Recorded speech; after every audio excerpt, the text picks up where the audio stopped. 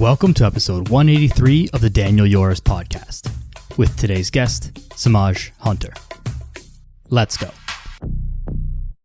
Welcome back to the podcast, everybody. Joined here today by Semaj Hunter. Semaj, thanks for taking the time again out of your very busy life. We've all got busy lives, but yours has quite a few more curveballs than most of us right now. Dude, it's my pleasure. I love connecting with good people, and from what I can see, you're one of the really good ones that's out there saying some really good things.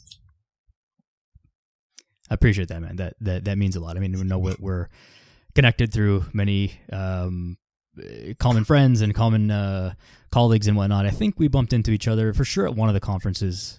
I can't remember now. At this point, there's been a few of them.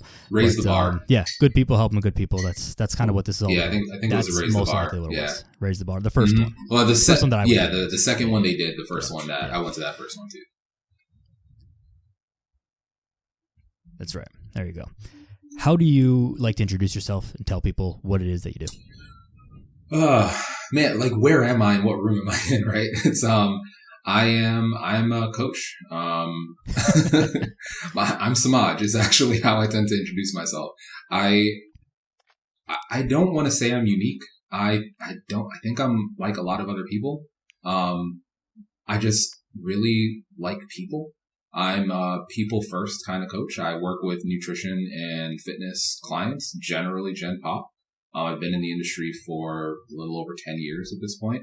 I love my family. Just had my first child, my daughter, and it's been a whirlwind and absolutely amazing. I'm an avid traveler. I know that that's up your alley as well. I see all your photos. They're all over the place. So I love like being able to be in different locations and be in different environments. And I'm a Christian. I know we said we weren't going to really talk about religion and politics, but that is something that kind of like very much colors a lot of how I look at the world. And it's not to say that it like creates I think it creates some openness in how I kind of go about my coaching style and how I try to help people, try to interject a little bit more grace when it comes to how people respond to things and how we go about making decisions when it comes to our food and our fitness.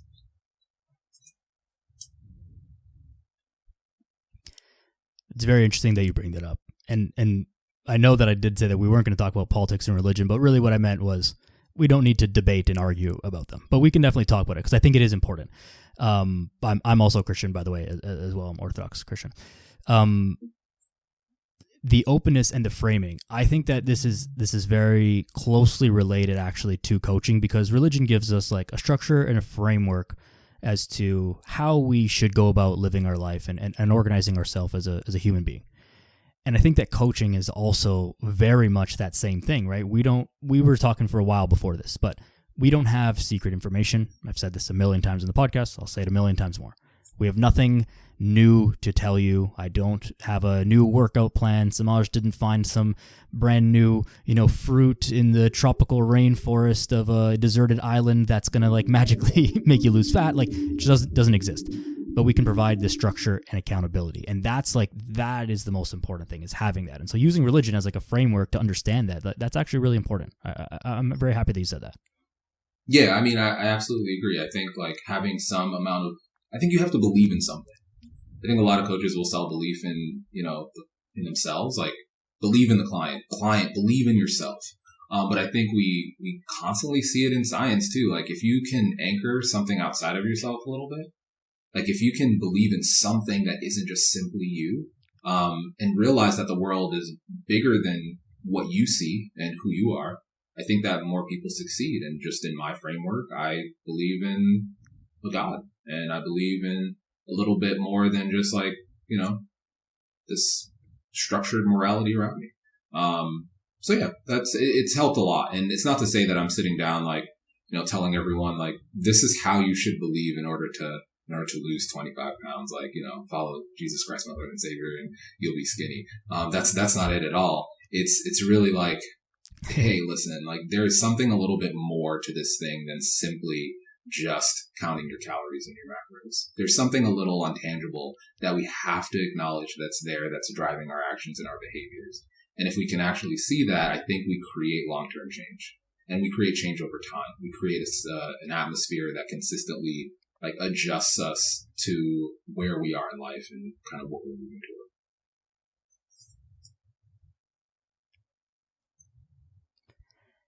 if it was all that simple and, we were all robots and we could just say, hey, eat these macros, do these workouts, sleep at this time, drink this precise amount of water, like we wouldn't have jobs. We wouldn't need jobs, and everyone would be like, jacked and shredded and like super healthy. We'd have like no, no healthcare system. Like we wouldn't, like a lot of things in the world would be different, but that's not the way it is. And so therefore, here we are. And I think we might be having a little bit of lag here. So just bear with me, Semaj. I'll try and kind of get us closer together on the back end. Don't need to touch anything, but just for anyone listening.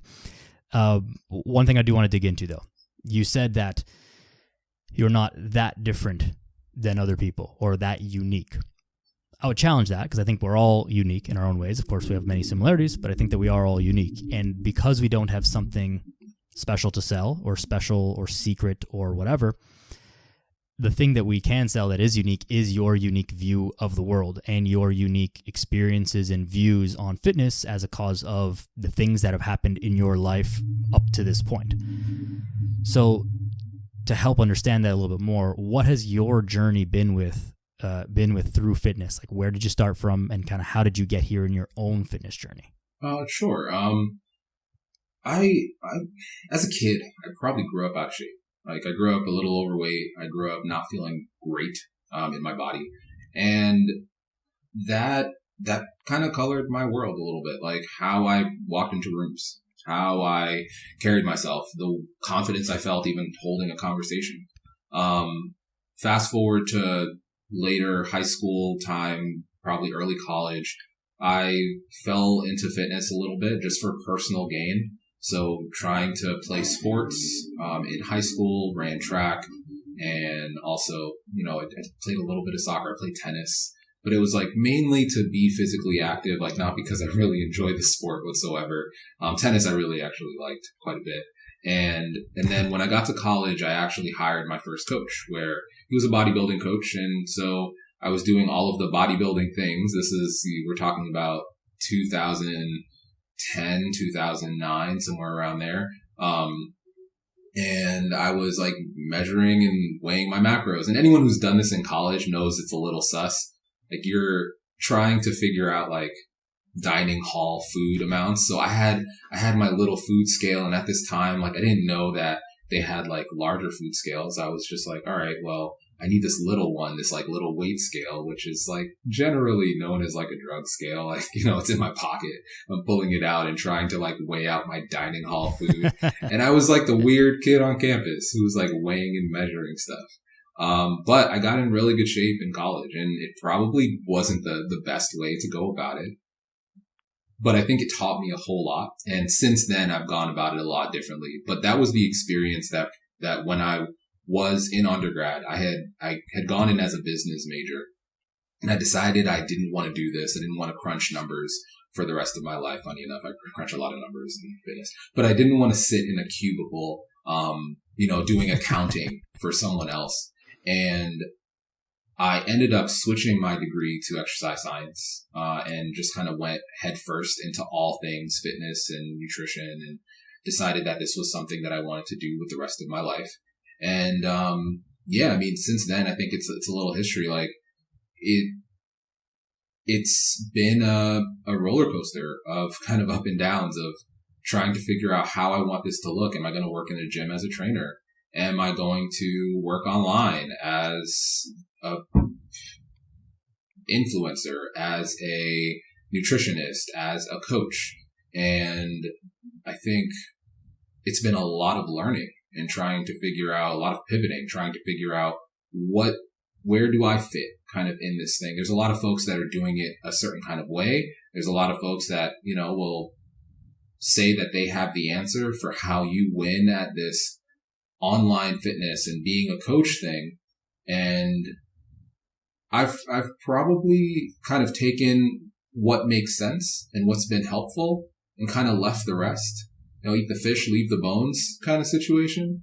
And I've probably made a little bit of a space for myself that feels really good and feels really comfortable. I'm out here just trying to help clients move forward as well as they possibly can. And that's kind of been, that's a little idea of like how I got here. I think I'm still getting here. is how I'm currently thinking about it.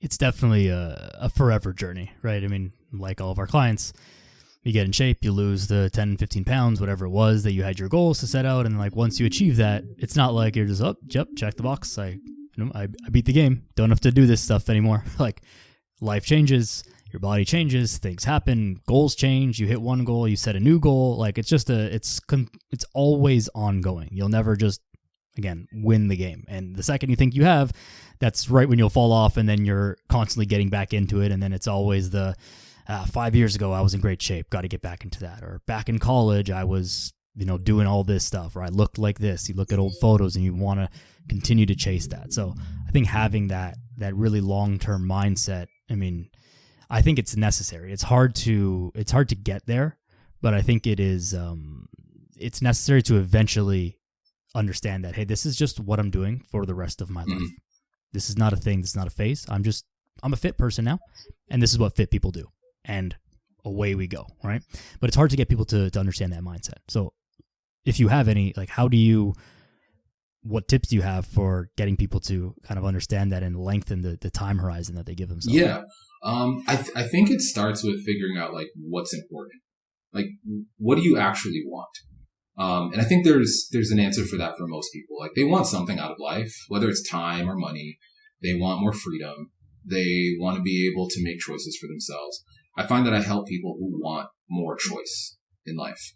They want to not be limited by their physical state as they age, or maybe just being able to go to the beach. It's like, if you want to feel comfortable taking your shirt off at the beach, I can tell you how to do it. If you want to feel comfortable around your kids and be an example for them, like when it comes to health, like let's talk about it. And I think like those heavier things, and we can go even deeper. Like, if you want to feel sexy to your spouse, if you want to feel, confident in a room full of people that you are either working with to influence, let's say you're a salesperson and you are working with high level executives, like we can talk about how you do that.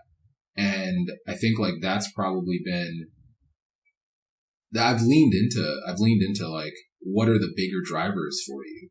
What are the things that are important to you on any day of the week that you are unwilling to trade? If we can find those rocks, those like unmovable things, and I think everyone has them, even if we're going up to like, well, at some point you're going to die. What's important at that point? And that's probably how I'll like ultimately frame it for most people. Like, if we just scale this out to death, is it important that you had a 6-pack in summer of 2025? Like, let's be real. It's probably not. Like, okay, cool. Like, it's a thing that you can check. It's a box that you can check on the way. It might be important in some aspect of life to you, maybe. But what are the things that are going to be important always? What are those things that are eternally important for you, that you say that with this, I have everything, and if I lost it, I had nothing? And for me, that's just not, it's not a look. It's health, right? It's the overarching things. It's family. It's relationships. It's faith. Like, it's all of those things that I feel like define me as an individual, which if you're defined by a 6-pack, we can go a little deeper, I think. It's only skin deep, I guess. Yeah, there's more to you. Just a little. Hopefully there's more to you than that. Yeah, I mean, the other thing with this is that it's not black and white, where just because having a 6-pack in the summer of 2025 isn't the goal that may be worth chasing for you because it's going to cost or require XYZ efforts and inputs that are not worth it to you. The alternative to that isn't, well, just be 75 pounds overweight then. And I think that's where some people get stuck, is in this like, well, okay, maybe I can lose some weight. I can be healthy. I won't necessarily be shredded 6-pack magazine cover model guy, but I'm still going to be happy with the way I look, and I'm still going to be healthy. I'm still going to be fit. I'm still going to feel good. I'll be able to play with my kids. I'll be able to, do whatever things that is that you want to do. The middle ground is usually like the right way to go. It's just not that cool to talk about like, hey, you want to be leaner but not super lean? no one's buying that that program. It's I think what you said before, it's like, how do you lengthen the time horizon? It's like you could get there faster, but would you enjoy the journey? And it's a little different than like how we currently live, right? It's like if I can take a direct flight somewhere, I'm going to take it. Like, it's just a matter of fact.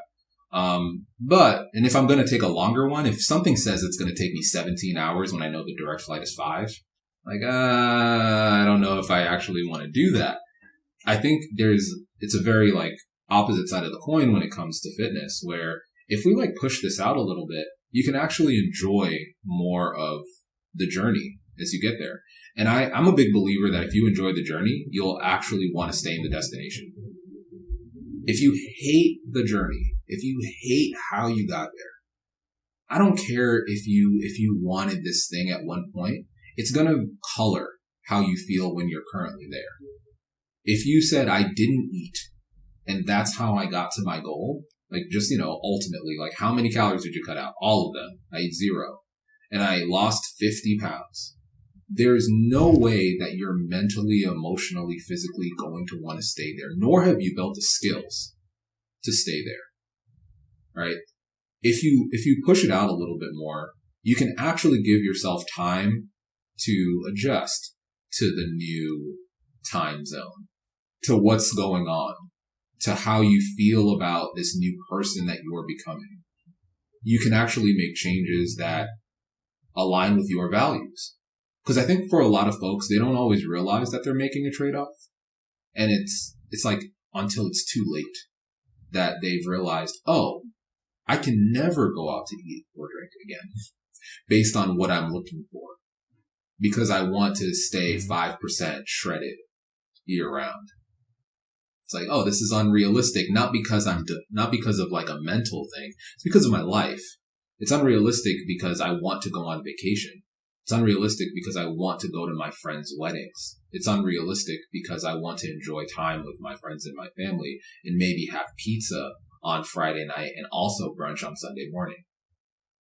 Like those things are fine. And yes, like on the other end of the spectrum, you have folks who are like, well, if I can't get there fast, I just might as well not get there at all. It's like, no, like we should still try to move towards something that is a little bit better. Like, love yourself enough not to necessarily stay where you are, but not to feel like that everything in between your destination and where you currently are is just unhappy. I think like that's where we start to hit this like, weird space of people tying their happiness and their joy to a state of being. When again, like, we can dive in, but in all things, find joy. In all things, be happy. In all things, be content. That doesn't mean like stay where you are. It means you can move forward. It means you can take steps forward. Love yourself enough to want to see progress and to want to see growth. But don't tie your identity to that progress and that growth. Because then you can only tie your identity to the failures and the hiccups, which, we probably see often. People like get really, really excited about, I lost 5 pounds. And as soon as they gain 5, they're like, oh, I'm a horrible person. I've messed up. I've self-sabotaged. It's like, stop taking on that identity of someone who self-sabotages. You went on vacation. Like, that's a good thing. You celebrated your daughter's birthday. That's a good thing.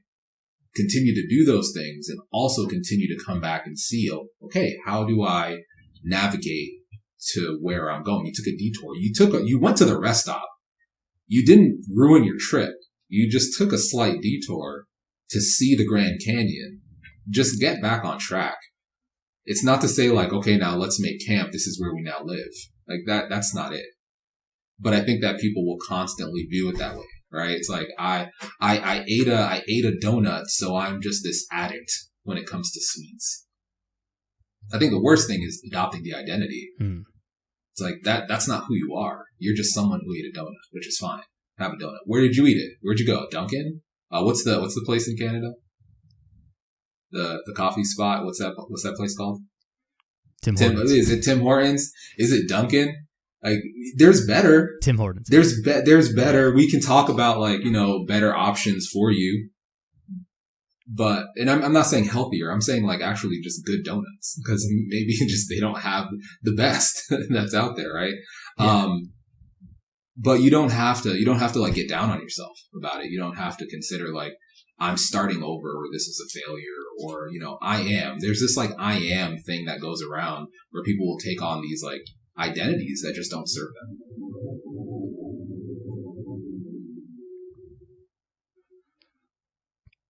I think with that, I mean, adopting the identity of a fit and healthy person is something that is challenging, but really good end goal to have.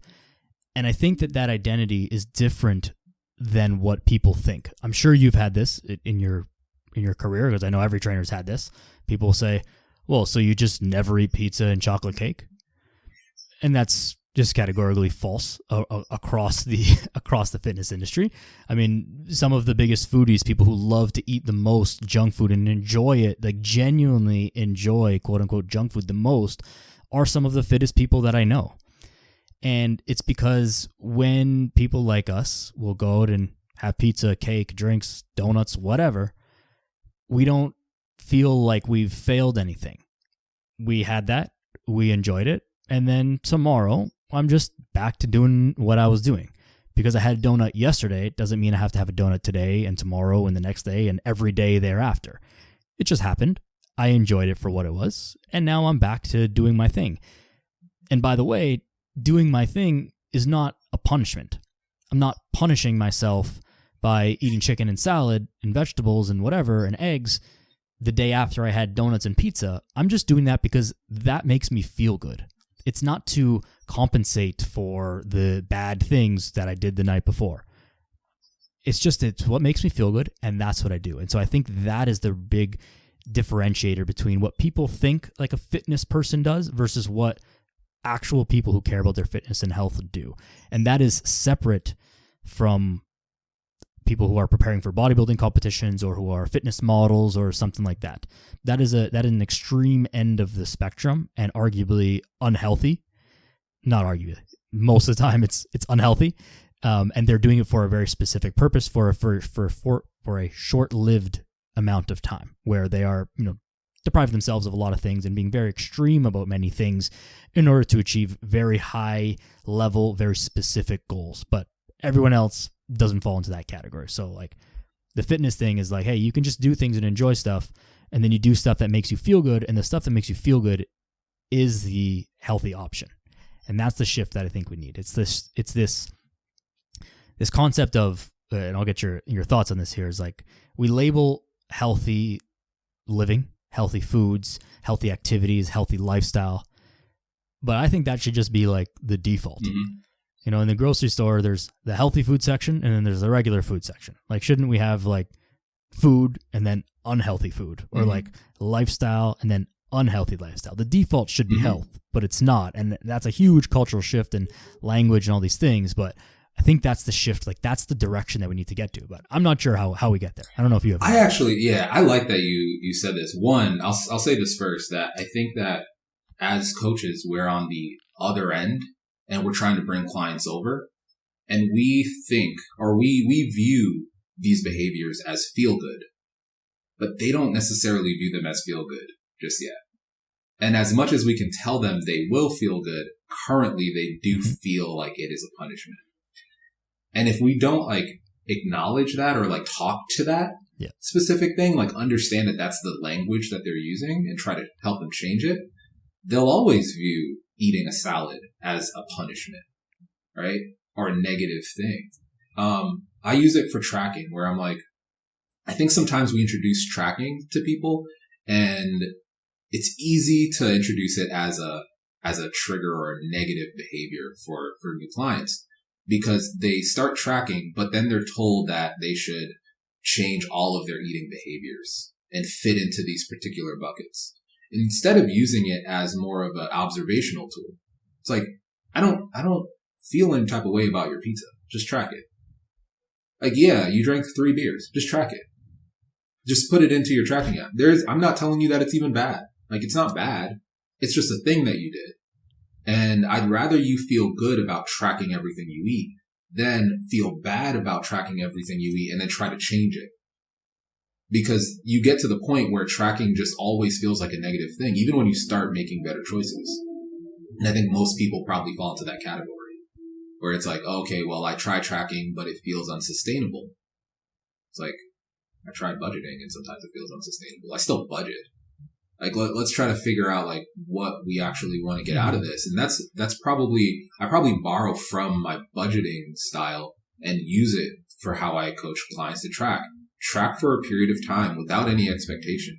You're just observing and you're trying to figure out what's going on. Oh, I'm spending too much here. It's like, that's totally fine. Let's figure out how we bring that down or move it in the right direction.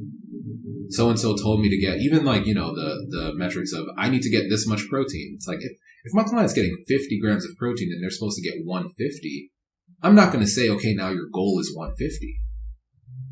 Because they're just going to fail their way forward. And eventually they'll get 150. But it's going to feel horrible the entire time. Versus like, let me give you a bunch of different wins. You're getting 50. Cool. Right. Let's like, can we get 100? That feels pretty reasonable. Like, that's an extra meal or two. Like, you're just not eating protein in a couple of your meals in the day. Like, we can easily get 100, maybe even 90. Make it 99 just to make them feel good. Because, like, a lot of people, like, fall slightly under, right? And we find these tactics in sales, right? Where it's like, you know, make your sales number this particular number. It's like, sometimes I do it with food. It's like, 97. Why not 100, Semaj? Well, yeah, why not 100, Kim? That's a really good idea. But right now, 97's enough. And so like, let's make it a little bit more fun. Let's make it a little bit more conversational. Let's make it a little bit more personal. Instead of like making it you're doing this wrong. And then like, I love leaning into the more like logical side to this. Instead of talking about like, is that a good choice or a bad choice? We, you know, in the fitness industry and like nutrition particularly, we like to say that foods aren't good or bad, which is, yeah, I 100% agree with. But then we talk about if choices aren't good or bad. And I'm not saying that that's a bad way to go about it. But I think like people will easily tie their choices to their food. So if my choice to eat cake was bad, then cake must be bad. Right? It's a logical tie to that. And I'd rather like ask like, hey, was it a smart choice? Because it might be a smart choice later on. It might not be a smart choice now. Well, because when we talk about smart choices, was it a smart choice to have the third margarita? You're like, no, it wasn't. It was silly. It was a silly choice.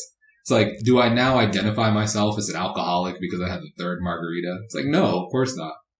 And is there a time where a third margarita makes sense? Yeah, you know, on the beach in Hawaii. Like a third margarita. No, I'm out in Mexico. A third margarita might make sense by the pool. But right now it probably doesn't because I have these goals. And I think like people can start to logically like work through like, hey, what are smart choices for me and what are silly choices for me? And I think that pulls away this like identity attachment to everything that they do. Because it makes two identities. I'm either smart or I'm silly. And I think we all would agree that we want to like lean into the smarter side of things in all choices in life. Whether we're driving or working or, you know, hanging out with family or friends, like we tend to want to make the smarter choice. But that also is like, there's a little gray area that can change. That's up for debate on what the smarter choice is given a situation. And I think it allows people to be a little bit more analytical about what's going on. Be a little bit more inquisitive. Ask some better questions.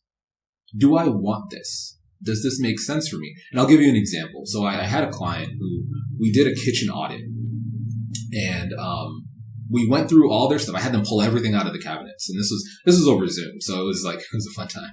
I had them pull everything out of the cabinets, and I didn't mark any food as good or bad. I just had them look at it, and I said, "Do you want it?" And then I had them talk me through like how they came to the conclusion to the decision. By the end of the conversation, they had thrown away a bunch of stuff, and I was like, "You don't have to throw it away. Like you can give it away. You can put it away and like save it for another time or whatever. But if you really want it, you can keep it. But like, talk to me. Do you want it?" And for some of the things, they were like, "Well, no, just someone gave it to me." Like, would you have eaten it? Well, yeah. Like, well, why? You didn't want it. And I think like that can kind of tie into, hey, that was a silly food choice to have it there. To like build your environment around these things that you don't actually want. And I find that when we like dive into people's whys and people's wants and people's desires, like again, they're big rock reasons for doing the things that they do. I think the choice becomes almost like a no-brainer for like, yeah, of course I'm going to eat well. Because if we again circle back to what if tomorrow if you knew you would die if you didn't make this choice, would you make the choice? Would you change it?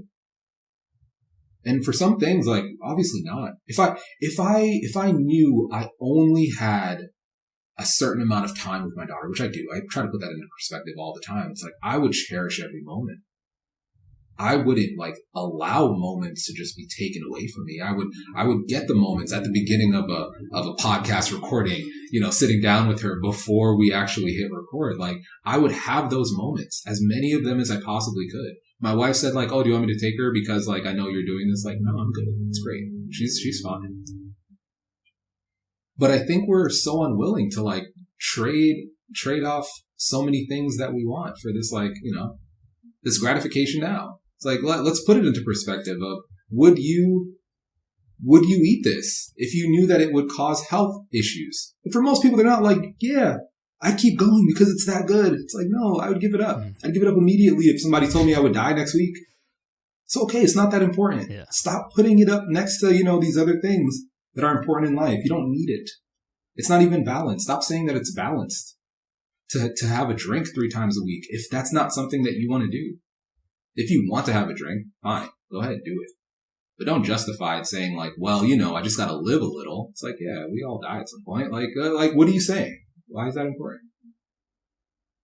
I feel like I rambled a little bit there, but hopefully I made my point. On a very practical note, no, you definitely made your point. I mean, on a very practical note with all this, like, this is why I think tracking is such an important tool. And people have their various opinions about it, but it gives more information and context to the thing so that you can make a more informed decision about whatever it is.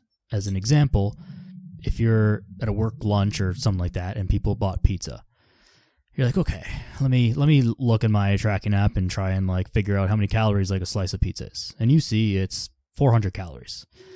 And you're like, the pizza looks kind of good, but it's not amazing. They bought it an hour ago. It's been sitting there. It's not hot anymore. Is it worth 400 calories to me at this moment? Maybe yes, and maybe no. Probably no. And you can make that decision a little bit more informed versus, oh yeah, I'm just going to have it because like it's there and it kind of smells good. And that would also be a fine decision, but you have less information about the consequences of that decision. And I use the term consequences in air quotes because consequences can be both positive and negative, right? They're not just negative. And so tracking can be a tool to be like, hey, how do I evaluate whether I want this? Or how much of this do I want? Because maybe the solution is I'll have 1 slice of pizza, but I won't have 2. It's worth, quote unquote, 400 calories to me, but it's not worth 800 calories to me. So I'll have a slice. I'll feel content with that. I'll enjoy it, and then I'll move on with my day. And I don't need 2. I don't need the 3rd margarita. I don't need the 3rd drink of the week or the 2nd donut of the night or whatever it is, because you have some more information just to calculate it with, versus some of what we talk about as trainers sometimes, because it's a little bit more.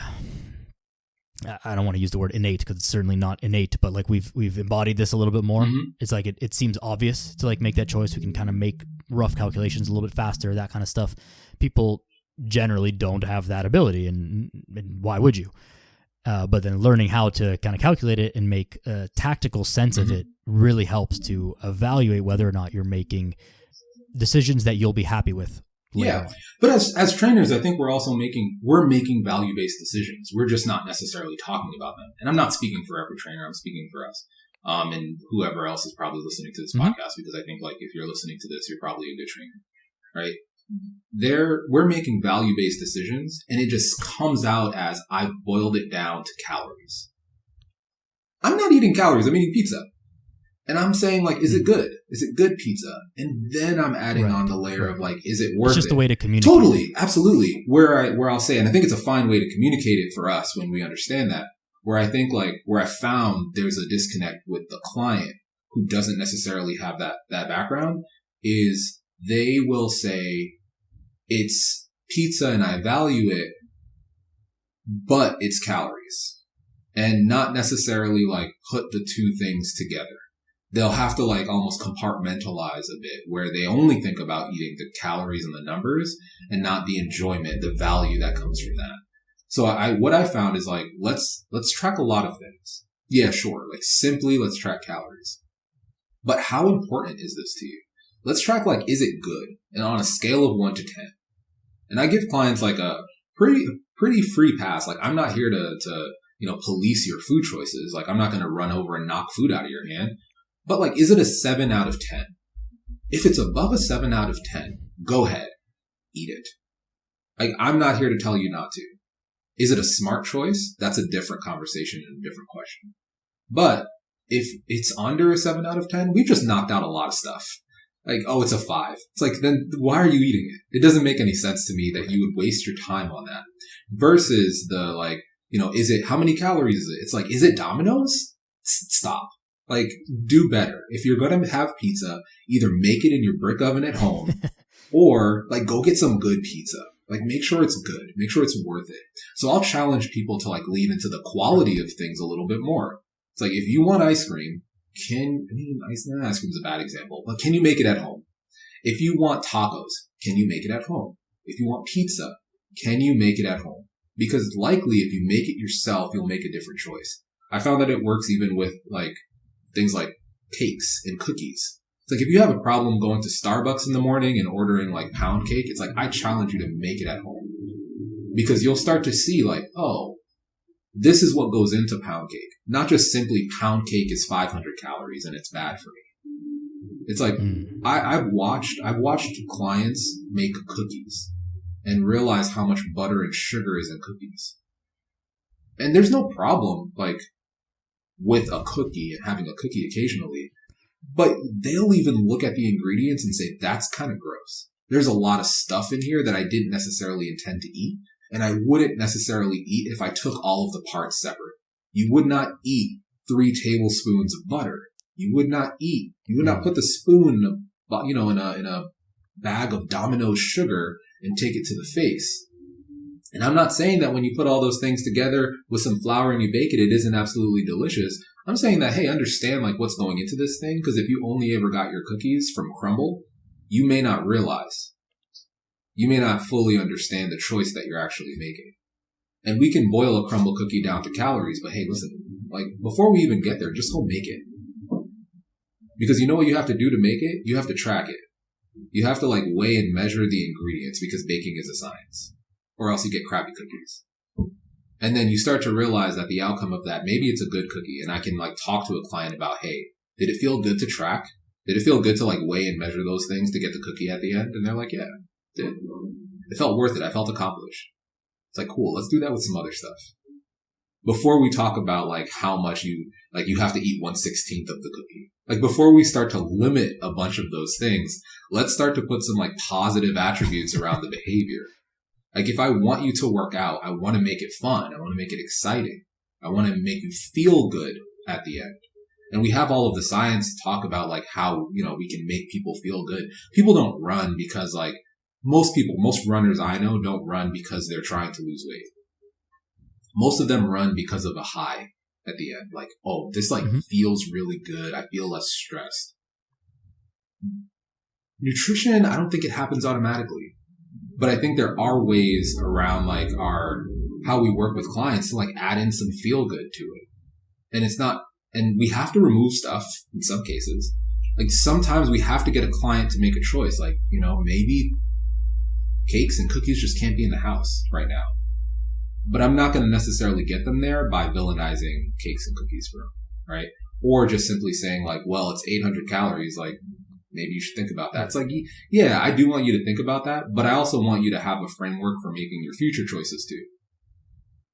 Because if everything that is 800 calories is not worth it, it's like, no, that's not the truth. Right.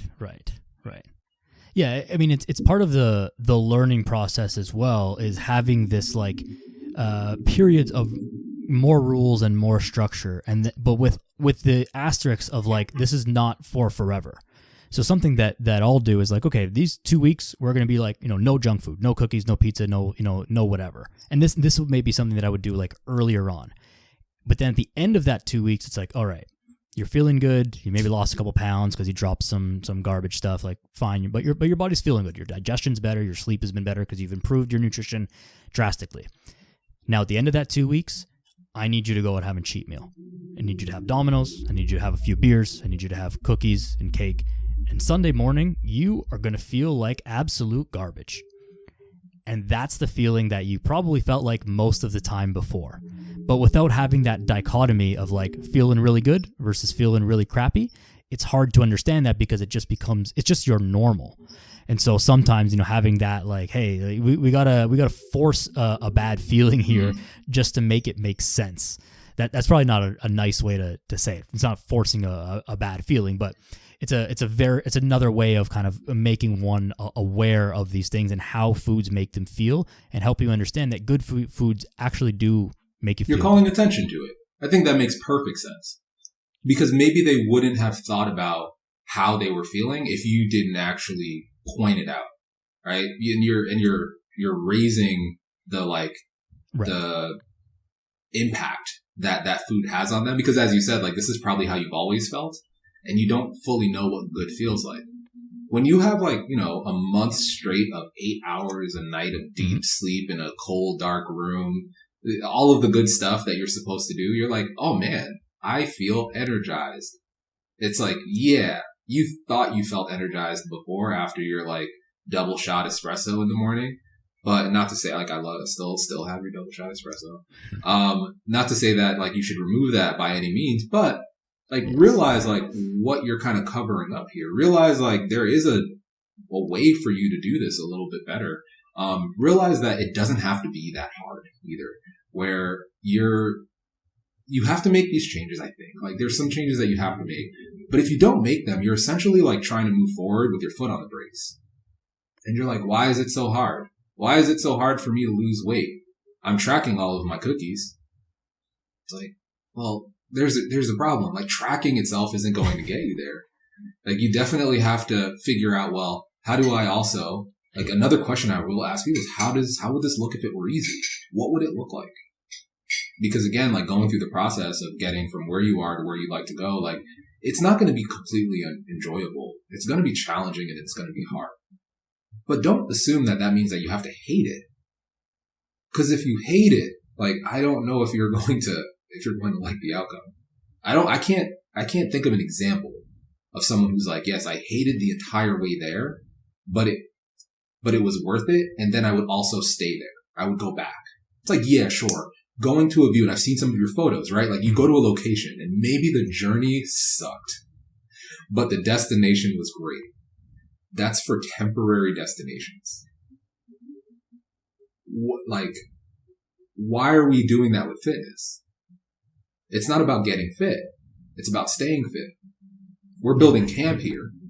Like, it's not, oh yeah, listen, like, Daniel, I ate my vegetables this week and it was amazing. Like, I had all of them. All right, cool. Like, what do we do next? Like, I'm good on vegetables. Like, I don't want to eat anymore. It's like, no, wait, I'm sorry. This is for life. Like, eat your vegetables all the time. Maybe don't, like, just raw dog your vegetables and, like, eat a pound of them and, like, feel like, oh, yeah, you did something. Or, don't go on and say, like, again, I fasted and I, like, hit my goals. Like, that's not it. Unless you're going to do it forever, unless you're going to do something for a long period of time, you probably don't want to consider it like, okay, this is a strategy that I want to use. And I'll even, like, argue against myself. There are temporary strategies that are out there. A calorie deficit is a temporary strategy. You shouldn't live it. Mm-hmm. Cutting out all junk food is a temporary strategy. You probably don't want to live there unless like you're just not the person that needs it in your life. But for some people, you're probably still going to go out and have a beer and have your pizza occasionally, right? We just need to scale it back and manage how much of it is there. But there's some folks who are like, they'll go a step deeper and they'll say, I'm going to cut out all sugar. It's like, you went a little far. Like that's a little, unless like you're going to keep that strategy in to some degree. I don't know if cutting out all sugar is something that is going to be required of you to hit the goal, but it will make achieving the goal harder. And it will probably make you feel like unless I cut out sugar, I can't achieve my goal. Yeah.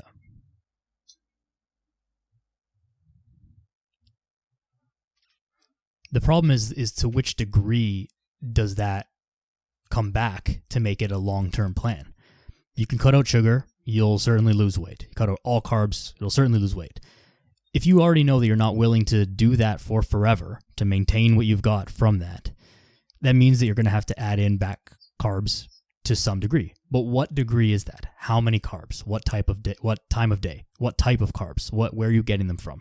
This is the problem with those type of strategies. It doesn't actually give enough information for what to do after the diet is over. It's like, yeah, you can do anything, but when you bring them back in, you have no information on how to include them properly, because all you know is have all of them or have none of them. And you don't, there's a middle ground somewhere, but that middle ground is a big place. And it doesn't give you any information as to how to actually include those for the long term. And so that's why I think that people like us are not fans of those types of approaches. Yes, a calorie deficit is a short-term thing, but a calorie deficit is a calculated middle ground that we're providing. We're not saying eat 0 calories. We've calculated and measured and been like, oh, this is the calories that you need to be at to be in a sustainable calorie deficit. And when we're done with that, you're going to come up to this amount of calories. And so like it's a calculated middle ground versus the all or nothing where it's like, yep, cut it all out, and then when you bring it back in, good luck to you. That never works. We talked a little earlier about setting client expectations. And I think like sometimes we get a client that comes in, and I say we, like the entire fitness industry. Like clients will come in and it's easy to look at their goal as the end. And we know it in our head that it's not. And if we don't always like let a client know that that's probably the halfway point. You want to lose 10 pounds? Great. Here's how we're going to lose it. Here's how we're going to sustain it. Here's the diet. But let's talk about the diet after the diet. Like, I think leaving people, in this deficit, it's like, I've seen clients or people, not clients, like folks write on the internet. I've been in a deficit for 2 years. It's like, one, no, you haven't. But also, who left you there? Like, if you did it yourself, like you're reading bad information. But I think it's easy sometimes for a coach to just say, okay, well, you've hit your goal. Now go ahead and continue on the thing that I've worked on. Now, if we're looking practically at a year, right? Let's say you did that in January and the client hit their goal in middle of summer and they're, walking around shredded to the bone. They feel really good. And then the fall comes around and they start gaining weight. Immediately, if not equipped well, that client's like, I'm failing. I try to let a client know, like, hey, listen, one, your weight's going to fluctuate through the year. That's okay. Your weight's probably going to go up in the wintertime. That's okay. Why? Because of where your values are. Not because of like your ability to be disciplined or to stay on plan. It's like, hey, no, because you love your mom and you go home for Christmas. And that's okay that your weight may fluctuate 5 to 10 pounds. That's all right. You can get back on a deficit for a period of time in the spring and maybe actually use those extra calories to build a little bit of muscle in the wintertime.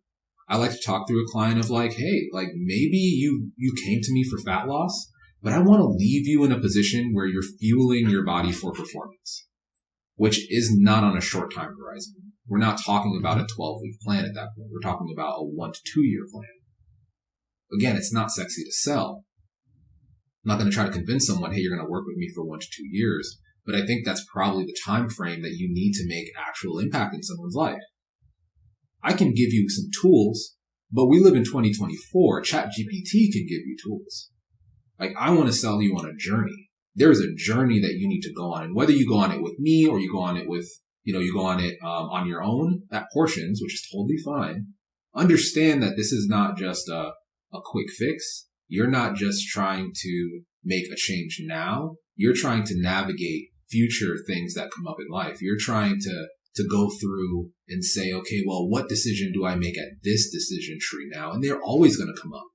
You don't just get to a weight and you sustain it forever. It's not just like, okay, well, this is where I sit. Because at some point, You're probably going to veer off a little bit. At some point, your priorities change, or maybe you have a kid. Like, that's where I'm currently am. And it's like, okay, well, what are my priorities? What's really important to me? And if I completely wrapped myself up in this idea of like the scale weight or these specific behaviors is what made me healthy, I almost want to expand that idea and say health is about choosing the best decision for your health right now. It's not about choosing the decision that got you in the best shape.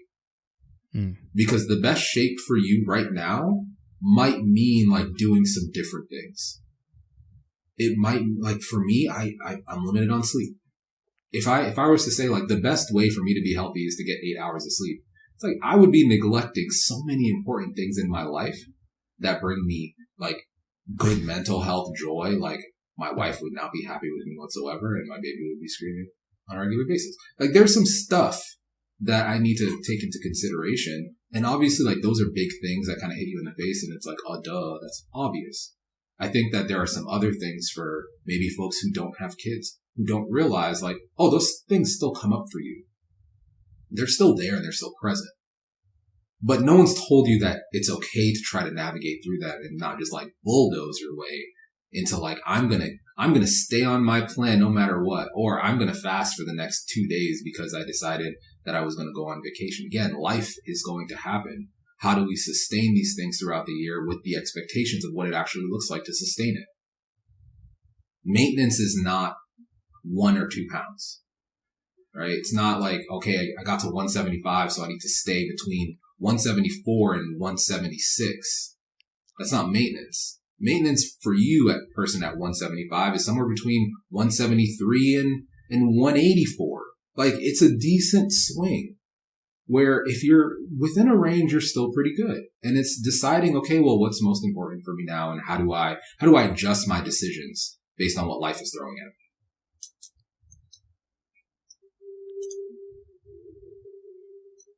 Yeah. I mean, health is it's not one thing. It's not just your body fat percentage or just how much you can lift or just your blood pressure even or just anything. It's a lot of things combined at the time, and you're going to have to like weigh and evaluate and prioritize and reprioritize those things as life goes on and as your life changes.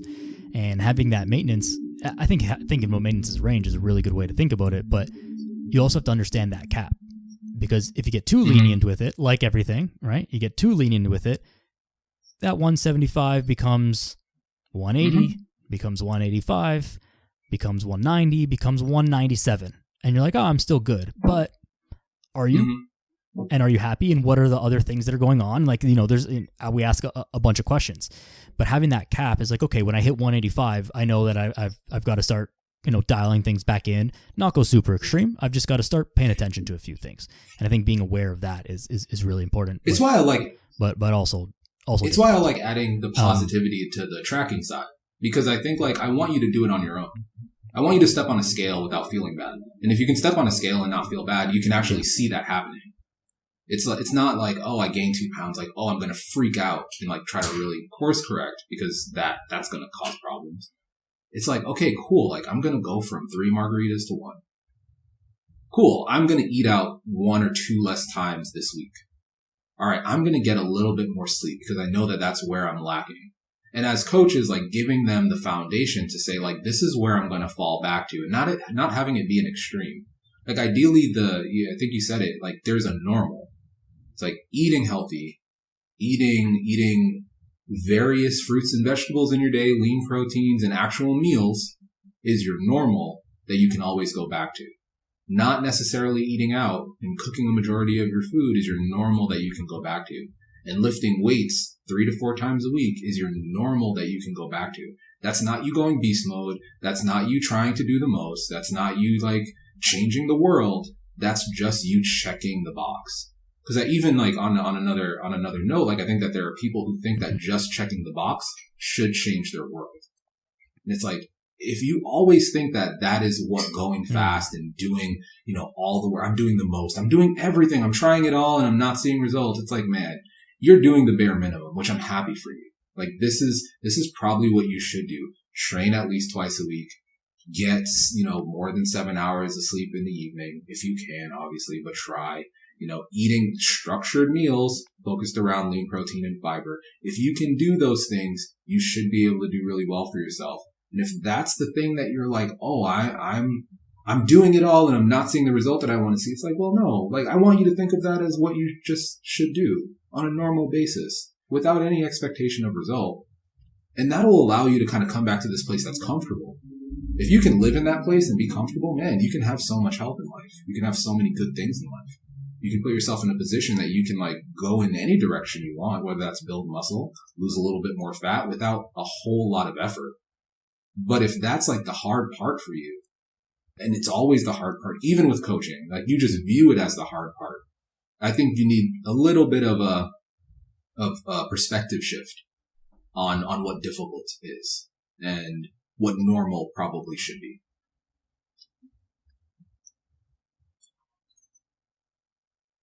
"100% agreed, and very well said. Very well said. That perspective shift it's a very nice way of saying it instead of a little maybe a kick in the butt about what what life should be. But no, I think you're 100% correct, man.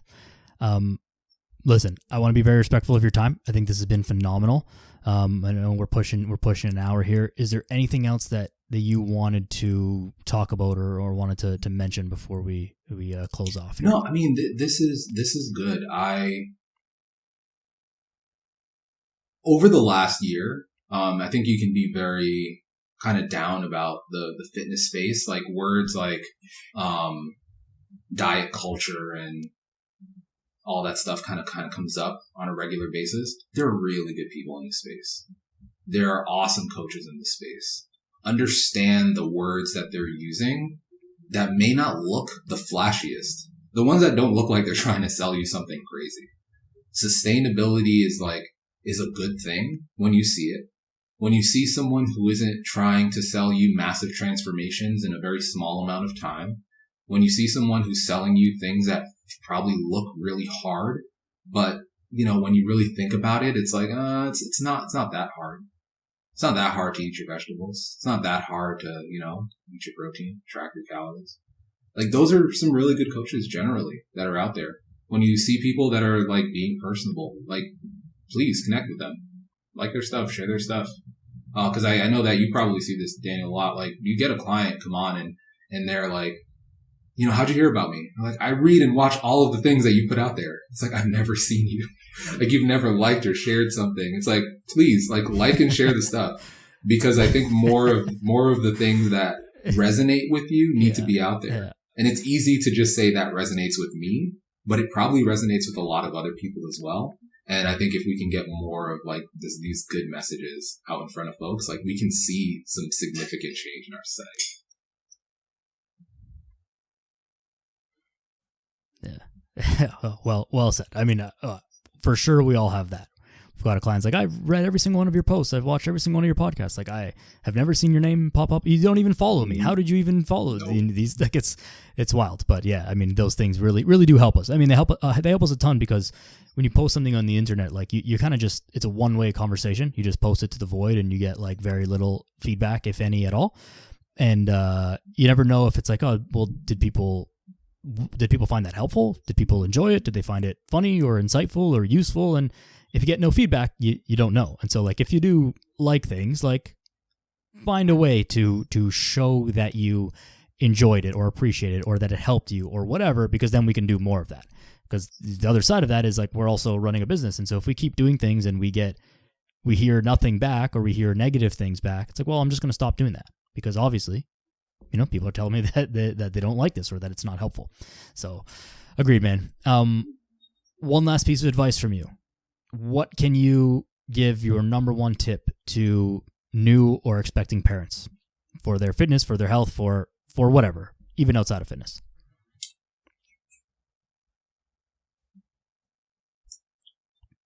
This is probably for more than just parents. Drop your expectations.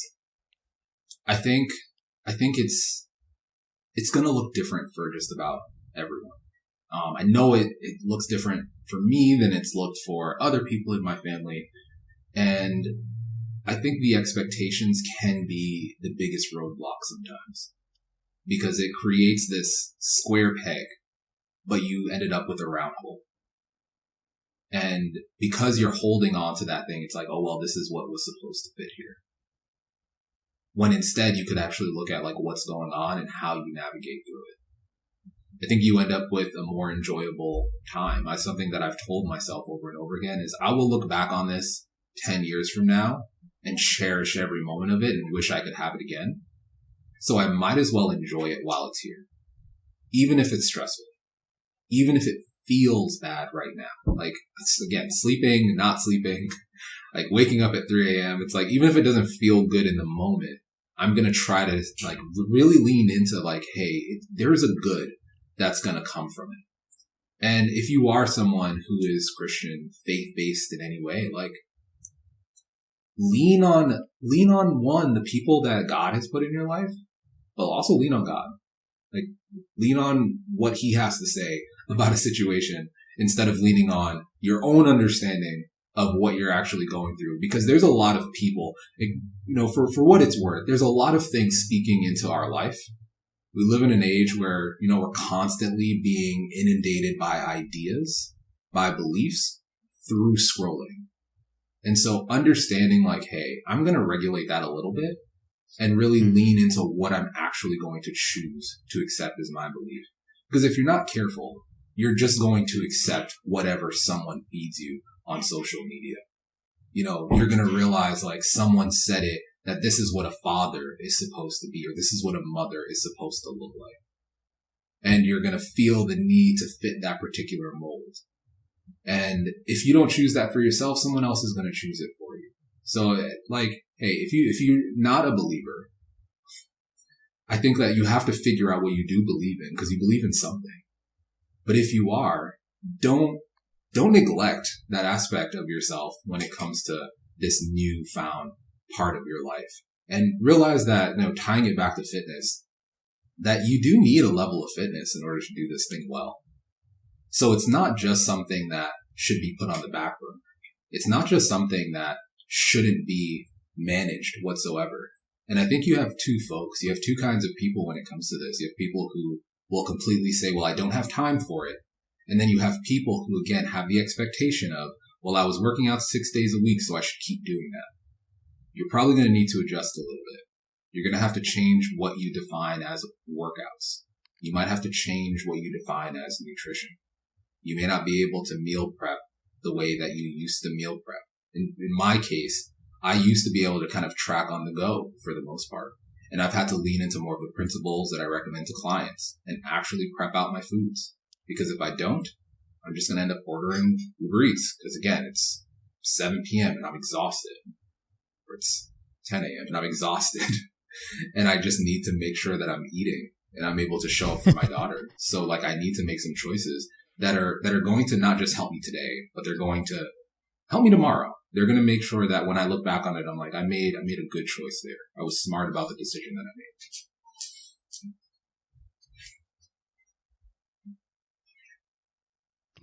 Wonderful message, man. Thank you very much for sharing that with us and for sharing everything with us and sharing your time. It really does mean a lot to me, man. No, thank you for having me. Where can people find you if they want to follow you, keep up with what you're going on and everything? What's your contact info? I'll throw it in the show notes as well.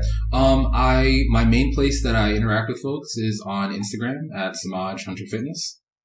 I also have a website. If you're interested in coaching, I do coach one-on-one clients when it comes to their nutrition and their fitness. And that is, you can reach me at semajhunter.com.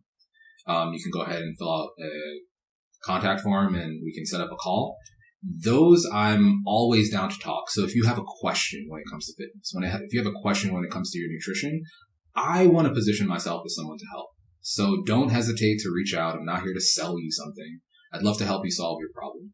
And based on that problem, we can talk about if coaching is right for you or if you just need some direction. Hey, let me know.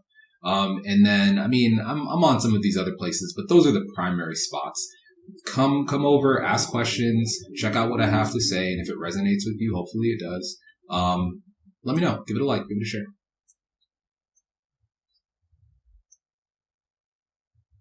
Perfect. Thank you, man. Semaj Hunter Fitness on Instagram and semajhunter.com. Semaj, thanks a lot, man. I've again very much appreciate you. Thank you very much for sharing with us, guys. Give Semaj a follow, like and share for all of his stuff, and help the whole fitness industry grow. The more good people that come together and continue to grow together, the better all of this is going to be for all of us, and for dare I say, the world at large becoming healthier and more fit. We appreciate you very much. Subscribe to the podcast, follow on all the places, all those good things. Go outside, be a good person. See you next time.